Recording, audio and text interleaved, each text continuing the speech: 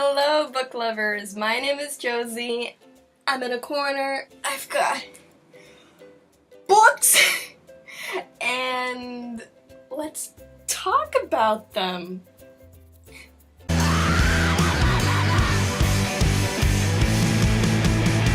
2017 has been a very particular year. We thought 2016 was bad, but 2017 took the cake. I live in Puerto Rico, so we were hit by two very bad hurricanes, especially Hurricane Maria, which is the worst hurricane recorded in Puerto Rico since the 1920s. So imagine that. And we are still recovering over. Still, the island has yet to gain stable electricity, and the other half has unstable electricity with constant power outages and everything. So it has been a very intense year, but we will always have books there to comfort us, and that is what this video is all about. Despite 2017 being a hard year, we still have joy, magic, and wonderfulness in this world to help remind us that despite the world being very difficult, it is a fascinating place to live in with many possibilities. But anyways, you know I like to ramble. Today I'm going to be talking about my top books of 2017. They are in no particular order. I'm going to be talking about 10 of my favorite books, not 5, 10, 2 hands. So let's talk about them. First up on our list, Everything by Nicola Yoon. I read it because the movie was coming out.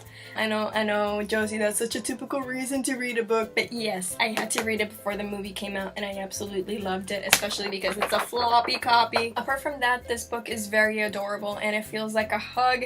We follow the story of Madeline and Ollie as he helps her explore the world despite having a very rare disease where she's basically allergic to the world as well. It is very quirky, it is very creative, and it's a very fun-loving book, and Nicola Yoon just never fails to amaze me. Our next book of 2017 is Milk and Honey by Rupi Kaur, and she just came out with The Sun and Her Flowers, but I have yet to read that one. However, this one I absolutely loved because it made me think a lot. It does make you reflect. It gives you a different perspective into different things, and this is something that I think a lot of people should read because it does, even if you don't like it, it does make you wonder about certain things that have affected our society. And I find it very brave of her to write such a book because I feel like I am reading someone's diary. It is very personal, and I found it very beautiful. The next book on my list is The Upside of Unrequited by Becky Albertalli. This is actually an advanced reader's copy that I won at book club, and Becky is just a joy. She is wonderful. I love Simon versus the Homo sapiens agenda. I can't wait for the movie, and this book was very beautiful. It has diverse characters, it has LGBTQ+ representation, and it explores Molly's life as a not your average character. She is very different. She is not your typical body type, and she represents those of us that have had numerous crushes but have never had the guts to do anything about it. As well, it deals with mental illness. She has anxiety and depression, and it does deal also with sibling relationships. And Molly rules! Molly deserves all the love in the world.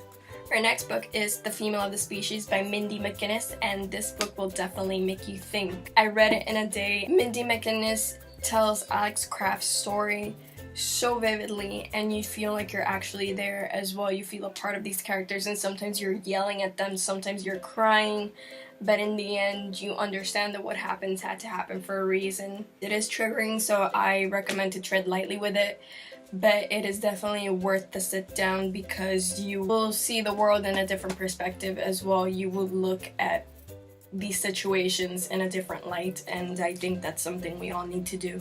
Of course, I have to have Victoria Schwab here, and this is A Darker Shade of Magic. It is the first installment in the A Darker Shade of Magic series. It feels like Harry Potter, but for adults. Their magic is unreal and phenomenal. The writing is beautiful. Victoria Schwab owns my soul because I can't stop buying her books. Her writing is incredible. and the characters are so vivid. Delilah inspires me to do more in my life. She inspires me to be adventurous, and when characters make you think, do that and reflect and think, I find that that is just a treasure that you should honestly keep in your life. Our next book is GEEKERELLA by Ashley Poston, and this book was another hug. I had a lot of hug-worthy books this year. This one spoke to my geeky, nerdy heart. This book is a Cinderella retelling, and it is adorable. It mixes Cinderella with fandom, and there is our main character, and she's obsessed with Starfield. I love these kinds of stories, so it's definitely something you should pick up. Go and pick it up right now. Put it in your Amazon cart, and then let me know that you did, and we can talk about it together when you finish it. 3 Dark Crowns. This book, I'm hitting it. This book was amazing. It has everything. Romance, 3 badass sisters, it has plot twists, it has everything. This book had a lot of moments that had me screaming at the pages. I couldn't have asked for a better book to have read this year. This is our Dark Duet, another Victoria Schwab book. How surprising! This year I read our Dark Duet, which is the sequel and the last installment to the Savage Song series, and it was a beautiful way to end this series. I have a review up for this book, so if you'd like to know more about my opinions on this book, then check that out. Of course, you did not think I wasn't gonna include Sarah, right? A Court of Wings and Ruin was the last book of the trilogy. She will be continuing the series. There is a Court of Frost and Starlight coming out, but so far this is the last book in the Rhys and Feyre saga per se. I couldn't have asked for a better end to the series. I would have changed some things, definitely. There were some things I did not like. There were some things I loved. Either way, I had so much fun reading this book. The characters were explored so beautifully. We learned a lot of things about these characters, and I cannot say anything else because of course it is the 3rd book in the series. If you would like to know more, please read A Court of Thorns and Roses, then A Court of Mist and Fury, and then get your hands on this bad boy and let me know what you think. And the last book I really enjoyed in 2017 is CARAVAL by Stephanie Garber. I cannot say enough good things about this book. It had me jaw-dropped, shocked, everything from beginning to end. I love the characters, I love the representation, I love the fact that the map in this book reminded me of Venice. You were on your toes as you read this book. I cannot stress enough how much I love this book, especially the pacing, everything. It was beautifully written. The characters, again, the characters were phenomenal, and I seriously can't wait for the sequel. It's gonna be lit, va estar lit.